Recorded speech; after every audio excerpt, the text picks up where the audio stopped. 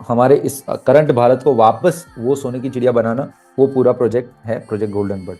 और उस सोने की चिड़िया जो कि हमारा एकदम समृद्ध भारत था, जिसके ऊपर पूरे पूरे पूरे विश्व की नज़र हमेशा हमारे भारत पर रहती थी, और हमारे यहाँ से सब लूट लूट कर अपने देशों को समृद्ध बनाया, अपने देशों में सब कुछ स्थापित किया। हमारे भारत को पुनः उस स्तर पर लाना, इस प्रोजेक्ट को हमने प्रोजेक्ट गोल्डन बर्ड नाम दिया है, जिसका प्रथम स्टेप यही है कि हम पूरे भारत में गुरुकुल बनाएंगे, वापस गुरुकुल की स्थापना करेंगे। क्योंकि जो वो समृद्धि थी वो गुरुकुल से ही थी, गुरुकुल ही उसका प्रणेता था, और गुरुकुल के नाश से ही उसका अंत हुआ है। तो यदि उसको पुनः स्थापित करना है तो पुनः हमें भारत में गुरुकुल प्रणाली को स्थापित करना होगा, और जिसके ऊपर हम प्रयास कर रहे हैं। और इसी के अंतर्गत हमने वृंदावन में कृष्ण बलराम के समक्ष यह हमने प्रण लिया था कि हम हमारे जीवन में 1,08,000 गुरुकुल बनाएंगे, और जिसमें से अभी 16 बने हुए हैं, और भी बन रहे हैं। लगभग अगले साल तक 6 या 4 या 6 तब तक हो जाएंगे। और अभी हम एक नया आचार्य गुरुकुल के लिए भी हम सबसे अभी जो मेहनत कर रहे हैं उसी के लिए कर रहे हैं। तो यह प्रोजेक्ट चल रहा है, this is basically our project. और इसके लिए फिर आप सभी भारतीयों की, आप सभी की, हमें सनातनियों की बहुत बहुत सहायता की आवश्यकता होगी। जैसे जैसे आवश्यकता होगी हम बताएंगे, अभी तो हम कर रहे हैं, लेट्स सी।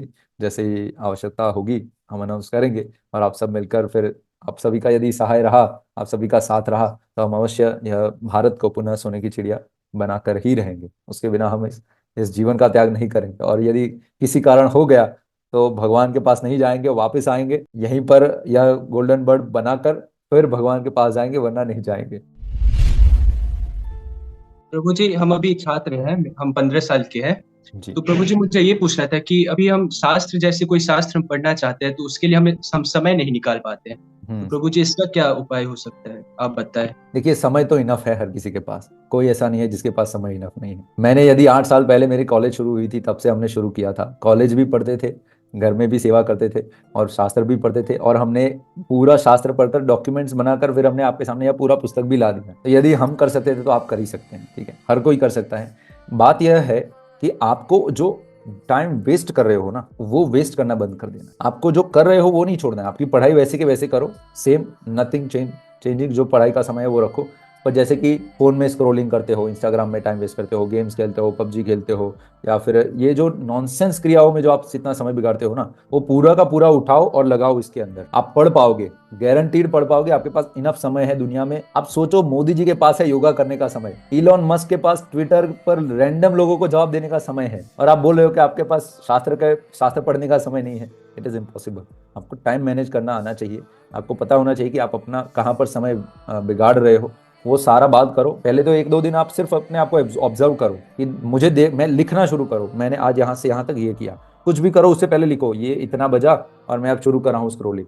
और जब भी रखो ना, तब लिखो इतना हुआ। एंड ऐसे आप 1-2 दिन का अपना पूरा लिखो, फिर देखो आपने कितना समय बर्बाद किया। आपको पता चल जाएगा कि आप लगभग लगभग दिन का 3-4 घंटे तो ऐसे ही बर्बाद कर देते, टीवी देखने में, ये वो पबजी वबजी खेलने में, कुछ भी गेम्स खेलने में, वीडियो देखने में, रैंडम वीडियोस अननॉनसेंसिकली देखने में, सब में आप बर्बाद कर देते। वो सारा समय वहां से शिफ्ट करो, रखो यहाँ पर, शास्त्र पढ़ना शुरू करो। और बेस्ट है बेसिक से शुरू करो। यदि आपके पास पुस्तक है बेसिक्स ऑफ सनातन संस्कृति, उससे शुरू करो।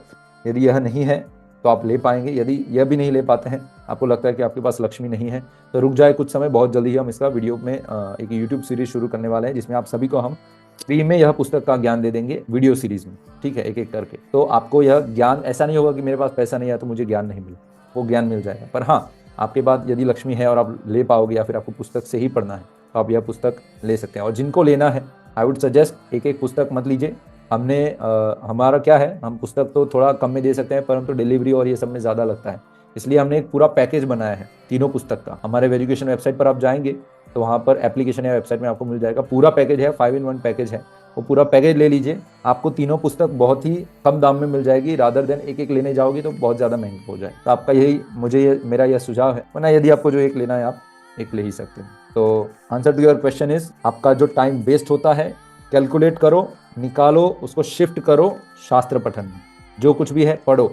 बुक भी नहीं लेना है, वीडियो का भी वेट नहीं करना है, कुछ नहीं करना है। हमने पूरी लाइब्रेरी फ्री बनाई है। जिन लोगों को नहीं पता है, प्ले स्टोर पर जाकर वेरिफिकेशन ऐप डाउनलोड कीजिए। उसके ऊपर हमने सारे के सारे शास्त्र फ्री में रखे हैं। उठाओ रामचरितमानस, उठाओ भगवत गीता, उठाओ रामायण, कुछ भी, महाभारत उठाओ, डेली पढ़ना शुरू करो। फ्री में दिया है ना, आपको कहाँ रुपया भी देना है, फ्री में दिया है। पढ़ो, बहाने मत बनाओ मेरे पास समय नहीं है या फिर मेरे पास शास्त्र नहीं है। सब कुछ है। आप सीरियस नहीं हो, दैट इज द प्रॉब्लम। आपकी प्रायोरिटी नहीं है। जब आपकी प्रायोरिटी होती है ना, तो सब कुछ साइड में रख के लोग बोलते हैं ना कि चल ना क्रिकेट खेलते हैं, तब उसको मना कर कर भी आप रामायण पढ़ने बैठोगे, तब आप कह पाओगे कि आपकी प्रायोरिटी है। हालांकि यंग हो तो हम रेकमेंड ये भी करेंगे कि खेलकूद में भी आप समय दो, ज़रूरी है। यंग लोगों के लिए बहुत ज़रूरी है कि खेलकूद में भी आपको समय देना चाहिए, बट इंडोर गेम्स में समय मत दो। गेम्स वेम्स और इन सब में, और टीवी देखने में, वीडियो देखने में, रील्स देखने में समय बर्बाद मत करो। या तो खेलने जाओ, खेलने के बाद तुरंत आकर फिर नहा धोकर अच्छे से शास्त्र लेकर बैठ जाओ। कम से कम दिन का आप 1 घंटा तो निकाल ही सकते, यह फिर आप शास्त्र पढ़ना शुरू कर सकते हो। हमें आशा है आपको इसका जवाब मिल गया होगा। हाँ गुरुदेव प्रणाम। प्रणाम प्रणाम।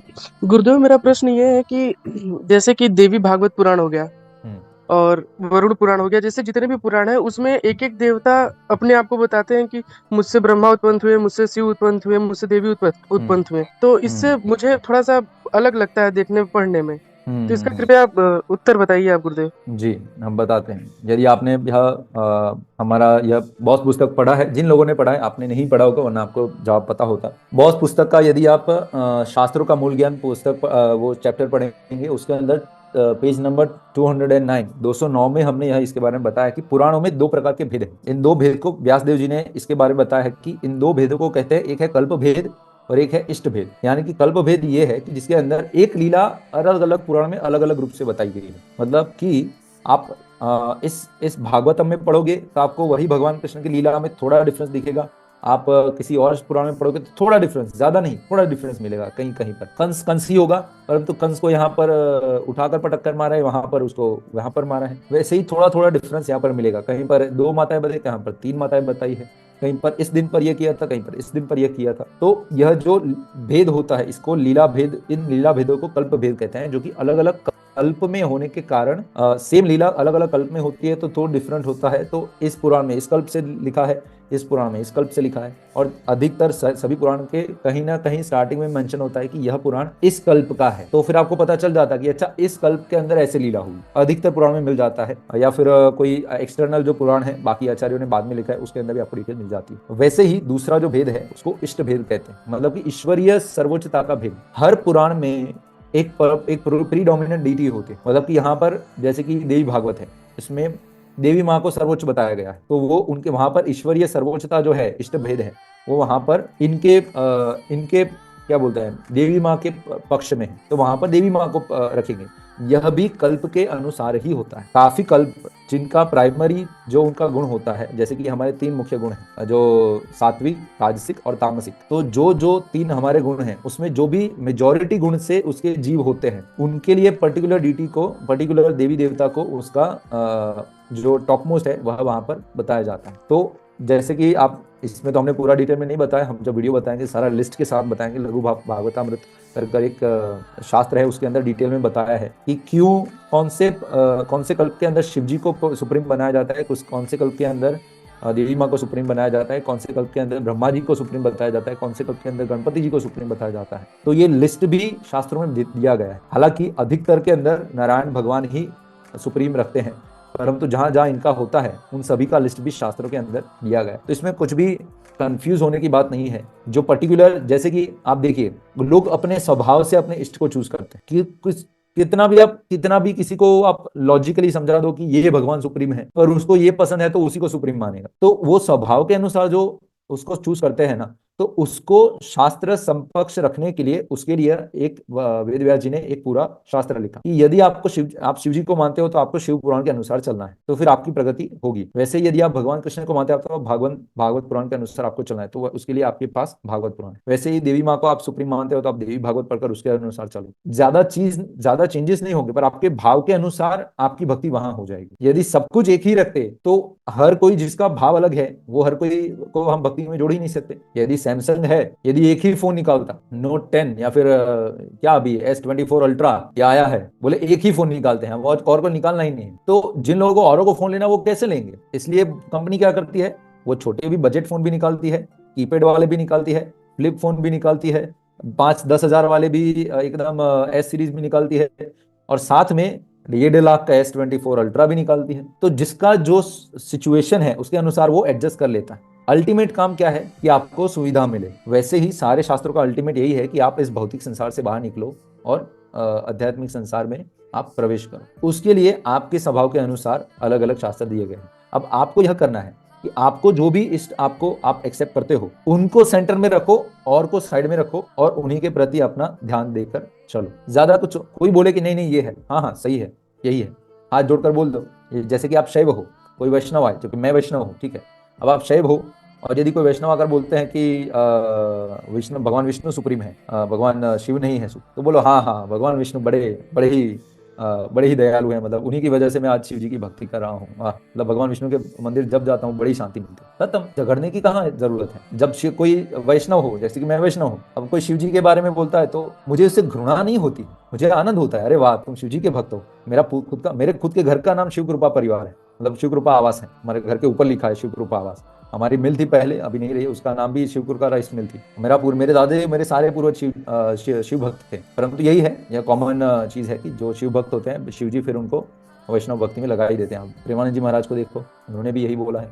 आप इनको भी देखो, नरसिम्हा मेहता को देखो, उनका भी यही है। अधिकतर हर जगह आपको यही देखने को मिलेगा। तो हमें भी भगवान ने अभी वैष्णव बनाया है। तो जब कोई शिव जी के बखान करता है हमारे सामने तो हम बड़े प्रसन्न होते हैं, बहुत अच्छा लगता है सुनकर। यह नहीं होता कि नहीं नहीं शिव जी का क्यों बोल रहे हो, विष्णु सुप्रीम है। नहीं नहीं, आप उसके पापा है, मेरे पापा है। मुझे थोड़ा ऐसे बोलना है कि भाई नहीं नहीं मेरे बाप ही, तेरा भी मेरा ही बाप ही तेरा बाप है, कोई नहीं है।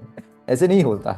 आप जो अपने बाप का जब कोई वो बोलता है तो आप बोले अरे वाह अंकल, अरे अंकल तो बड़े अच्छे हैं, जब भी आते हैं तो सिंघाड़े लेकर आते हैं, केले लेकर आते हैं, आम लेकर आते हैं, बड़ी अच्छे हैं, मुझे हर बार 100 रुपए देकर जाते। तो आप किसी का बुराई नहीं करते हो, किसी को नीचा नहीं दिखाते हो। यह एक आध्यात्मिक क्वालिटी यह होती है। कभी नीचा दिखाने का मत सोचो। और कोई नीचा दिखा रहा है तो जानो कि वो अज्ञानी है, वो अभी वो है तो ठीक है, उसको रह देने दो अज्ञान में। आप उनका बखान कर दो, तभी उसका हृदय परिवर्तन होगा भविष्य में, वरना नहीं होगा। ठीक है। So I hope this answers your question. Actually मतलब बता रहे हैं कि हम 13 साल के हैं और हम पूरा रामायण लिख चुके हैं, पूरा का पूरा। जैसे तुलसीदास जी लिखे थे पहले, हमको काक भुसुंडी सपना में आए थे, पूरा लिख के खत्म, मतलब अभी आदि कांड खत्म कर दिया और हमको उसको रिलीज करना है। तो आप बताइए प्रभु जी कि हम कैसे उसको रिलीज करें और कैसे लोगों तक वो पहुंचे, कि हम रामायण पूरा खत्म, मतलब आदि कांड पूरा खत्म कर रहे हैं, उसको हमको छापना है, तो कैसे करके लोगों तक पहुंचे और कहाँ से अच्छा से पब्लिश करा पाए हम। जी जी, पहले तो बहुत बहुत बधाई हो कि आपके इतनी छोटी सी उम्र के अंदर आप अपने आप को ऐसे भगवान की सेवा में आप दे रहे हो। तो आपको बहुत बधाई हो। बहुत ज़्यादा लोग ऐसे नहीं हैं। हम आपकी उम्र के थे तब कंचे खेलते थे। तो अच्छी बात है, यह सुनकर अच्छा लगता है कि हमारे भारत में अभी ऐसे बच्चे बड़े हो रहे हैं कि इतनी उम्र से भगवान के बारे में इतना सोचते हैं। तो धन्यवाद, आप इसके अंदर आगे बढ़े रहे हैं। हम आपको यह चीज़ बताएंगे कि सबसे पहले तो आप पब्लिश की इतनी चिंता मत कीजिए, ठीक है। आप ज़्यादा चिंता कीजिए कि इसको अधिक से अधिक अपनी प्योरिटी इससे बढ़ाइए, सबसे पहली बात ये, ठीक है। पब्लिश का क्वेश्चन सेकंड आता है। पहले आप पूरा लिखिए, उस पर मेडिटेट कीजिए, अपनी साधना को बढ़ाइए, अपनी साधना को इस स्तर पर बढ़ाइए कि आप इसका प्रॉपर यह पूरा जो रामायण आप जो लिख रहे हो, ना ही सिर्फ उसके शास्त्रोक्त सारे के सारे रेफरेंसेस दे पाओ। क्योंकि देखिए, पर्सनल जो आपके सपने में कुछ आता है या फिर उससे जो आप लिखते हो, वो फिर भी शास्त्रों से उसके संगत होना बहुत आवश्यक है। यदि आप उसको शास्त्र का संगत नहीं दिखा सकते, फिर उसको आप वो शास्त्रोक्त मान्यता उसको नहीं मिलती। तो या तो बहुत सारी रामायण है, उसका भी यदि आपको लिस्ट चाहिए तो हमारी पुस्तक में मिल जाएगा। 24 रामायण का लिस्ट तो हमने हमारी सारी प्रामाणिक रामायणों का हमने बता दिया है। तो आपको कहीं ना कहीं से उसको प्रूव तो करना होगा, क्योंकि सपने में आना वो भगवान जनरली आपके पर्सनल बेनिफिट के लिए देते हैं। वो आपके लिए होता है, हर किसी के लिए नहीं होता है, सबसे पहले, ठीक है। और फिर यदि आप उसको लोगों तक ले जाना है तो आपको लोगों तक ले जाने के लिए पहले उसको शास्त्र संगत बनाना होगा कि आप ये जो बोल रहे हो सपने में तो आया है, पर साथ में कौन से वाले रामायण में आप इसके सबूत दे पाओ कि हाँ इस काकभूषणी रामायण में या फिर इस वाले रामायण में इसमें हमने यह पढ़ा। तो पूरा अच्छे से डॉक्यूमेंट बनाइए। उसके बाद हमारा सजेशन ये होगा कि सबसे पहला प्रिकॉशन ये है कि अपनी साधना पर ध्यान रखिएगा। क्योंकि जैसे फेम आता है ना, आप दे इसलिए रहे हो क्योंकि लोगों तक पहुंचेगा तो आपका फेम बढ़ेगा। जैसे ही फेम बढ़ेगा आपकी साधना घटेगी और आपका जो पर्सनल साधना है और आपकी पर्सनल भक्ति है उसके ऊपर बहुत बड़ा डैमेज होगा। और आप अभी छोटे हो तो इस समय में सबसे ज्यादा वल्नरेबल समय हो। आपको सबसे पहला ये करना चाहिए कि आपके प्रतिदिन की कम से कम, यदि आप ये करना चाहते हो, नॉर्मली हम बोलेंगे कि इस उम्र में 1-2 घंटा काफी है, पर यदि आप सच में इस तरह की बात कर रहे हो ना, तो हमारा सजेशन ये है कि आपका प्रतिदिन का कम से कम 3 से 4 घंटे का आपका साधना होना चाहिए। 2 घंटे का आपका नाम जप कम से कम होना चाहिए, 1 घंटे का कम से कम शास्त्र पठन होना चाहिए और 1 घंटे का कम से कम किसी साधु का पढ़ना चाहिए, आप क्या बोलते हैं, सुनना चाहिए, प्रवचन सुनना चाहिए किसी पारंपरिक साधु का। 4 घंटे का यदि आप प्रतिदिन साधना नहीं कर पाते हो ना, तो फिर सारी सिर्फ बातें हैं, फिर कुछ सब बेकार है, ठीक है, सिर्फ बातें हैं, फिर हवा में बातें हो जाएगी। आप अपनी प्योरिटी को बनाइए। 4 घंटे का यह जो हम बोल रहे हैं साधना, वो साधना ठीक से कीजिए, कंसिस्टेंटली कीजिए, अपनी प्योरिटी को बढ़ाइए, एंड देन फिर धीरे धीरे जैसे आप बड़े हो, जब आपको परमिशन मिले अपने माता पिता से, सबसे, उनके परमिशन के बिना नहीं, आप फोन के ऊपर धीरे धीरे यूट्यूब, इंस्टाग्राम, कहीं पर भी आप अपनी वीडियोस बनाना शुरू कर सकते हैं। थोड़ा थोड़ा जो आपने लिखा है उसके बारे में एक एक रील में बात करना शुरू कर सकते हैं। लोगों तक इस ज्ञान को पहुंचाइए ऑथेंटिकली, विद शास्त्रिक रेफरेंस, नॉट विदाउट शास्त्रिक रेफरेंस। यहाँ वहाँ बड़बड़ नहीं करना है, जो कि अभी जो लोग कर रहे हैं ना, बहुत आपको दिखेंगे ऐसे लोग करते हुए, तो वो नहीं करना है। आपको शास्त्रोक्त रेफरेंस के साथ वीडियोस बनाना शुरू कीजिए, लोगों तक पहुंचाइए, लोगों को बताइए कि यह जो रामायण है जो मैंने लिखी है, तो पहले आप उसके बारे में ज़्यादा बताइए, फिर ज़्यादा लोगों को रुचि आए, ऑलरेडी ज़्यादा लोग आपको जानना पसंद करें और आपसे प्रभावित होकर आपसे इंस्पायर हो, और वो माने कि नहीं ये जो व्यक्ति बोल रहे हैं वो सही बोल रहे हैं और मैं उनकी रामायण पढ़ना चाहूँगा, तब जाकर फिर आप पब्लिश कीजिए। तब पब्लिशिंग की चिंता कोई भी मत कीजिए, ठीक है। जब तुलसीदास जी ने जब लिखी थी रामायण, उन्होंने पब्लिश नहीं की थी, उन्होंने लिख कर रख दी थी। फिर उनके अनुयायियों ने, वहाँ के राजा ने और जो सब लोग, उन्होंने नक्की किया कि हाँ, तुलसीदास जी जो रामायण बोलते हैं ना, वो बहुत ही अद्भुत है, तो हमें इसको पब्लिश करना चाहिए। उन्होंने खुद ने नहीं की थी। वैसे ही जितने भी महान कवि होते हैं, वो कभी, तब तो पब्लिशिंग था भी नहीं ना, वो एक ही प्रति रहती थी, और उसकी दूसरी लिखने के लिए भी सालों लगते थे, पूरा उसको लिखने के लिए, दूसरी प्रति बनाने के लिए भी, वो ताड़पत्री में से। तो आप इस पब्लिशिंग की जरा भी चिंता मत कीजिए, just focus on your self right now. और जैसे आपकी साधना बड़ी हो और ज्यादा आप प्रतिदिन 3-4 घंटे जब आप अपनी साधना में दे पाए, उसके बाद जाकर आप फिर सोशल मीडिया पर आए, तब भी अपनी साधना को स्ट्रांग रखे, वरना सोशल मीडिया पर आकर फिर पूरा चेतना एकदम गिर जाने की बहुत ज्यादा संभावनाएं रहती है। इसलिए यदि आप प्रचार में सच में आना चाहते हो, तो अपनी साधना को स्ट्रांग करो, एंड देन फिर बिना किसी डर के प्रचार में घुसो और अच्छे से प्रचार करो। अपने रामायण के बारे में बताओ, भगवान राम के गुणों के बारे में बताओ, अधिक से अधिक भगवान हनुमान जी के बारे में बताओ, सारी लीलाओं के बारे में बातें करो। लोग जानेंगे, लोग सामने से इंस्पायर होंगे, फिर वो आपकी रामायण पढ़ना चाहेंगे, फिर आप पब्लिश कर सकते हैं। आपने एक जगह बताया था कि ये चीजें जैसे अलग अलग यूनिवर्स जो भगवान ने बनाया है, इसकी शुरुआत क्यों हुई, तो आपने एक स्टोरी के फॉर्म में बताया कि कुछ रेबेलियस जीव होते थे, हम जैसे जीव है जो अभी इस मटेरियल यूनिवर्स में फंसे हुए, हम रेबेलियस थे, इस वजह से इस जगह पे हम आ गए। बट मैं कहीं भी और भी जगह ढूंढने की कोशिश करा मैंने इस चीज को, बट स्टोरी फॉर्म में ही लोगों ने हमें बताया। मतलब एग्जैक्टली ऐसा कुछ शास्त्र में बताया नहीं गया है, या फिर हमें इसे बताने का तरीका एक स्टोरी ही मिलता है जिससे हम समझा पाए लोगों को। ओके, इसका आंसर आचार्य लोग देते हैं। हम आपको ब्रीफली बता दें इसको कि आचार्य जो जवाब देते हैं वो स्टोरी फॉर्म में ही देते हैं। रीजन इसका ये है कि हमारी जो बुद्धिमत्ता है ना, वो इस हद तक विकसित है ही नहीं कि हम इतनी सारी चीजों को समझ पाएं। यहाँ तक कि आचार्यों के बीच में भी इसके ऊपर डिबेट्स चलती है। हम आपको ऑनेस्ट दे रहे हैं, हम आपको कुछ यहाँ वहाँ बताने का हमारा कोई क्या बोलते हैं इंटेंशन नहीं है, हम आपको ऑनेस्टली आंसर दे रहे हैं। आचार्यों में, अलग अलग आचार्यों में आज भी डिबेट होती है कि जीव का भौतिक संसार में आने का मुख्य कारण क्या है, अभी भी होती है। इसके ऊपर बहुत सारी पुस्तकें अभी भी आपको अवेलेबल है, आपको मिल जाएगी, आप थोड़ा सर्च करेंगे।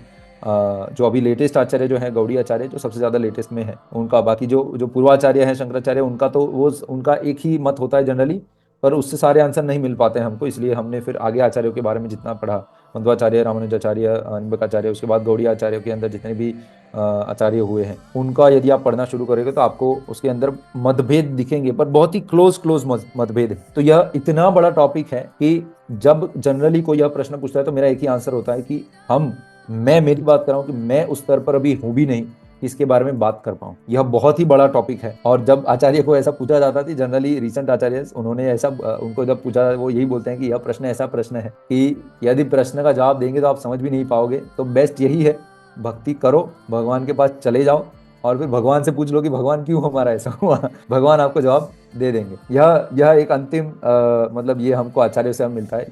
अब आप सोचिए, वह आचार्य जिन्होंने भगवत प्राप्ति कर ली है, यदि वह यह बोल रहे हैं तो हमें उनका सुनना चाहिए। ये कोई रैंडम व्यक्ति से हम नहीं सुन रहे हैं, वह इन व्यक्ति से सुन रहे हैं जो लोगों ने भगवत प्राप्ति कर ली है, जो भगवान को हाथ में लेकर घूमते हैं, भगवान को नचाते हैं, जब बोले भगवान को आना ही पड़ता है, उन आचार्य की बात कर रहे हैं। वो लोग जब यह बोलते हैं तो हमें समझना चाहिए कि वो बोल रहे हैं कि हमारी जो मन, बुद्धि, हमारा विवेक उस तरह का है ही नहीं कि इस चीज़ को समझ पाए। तो हमें इस चीज़ को एक्सेप्ट कर लेना चाहिए और वो जो बोल रहे हैं उसके ऊपर हमें ध्यान देना चाहिए। तो I know that this might not be the complete answer that you were looking for, पर यह ज़रूर है कि हमारे पास तो यही आंसर है।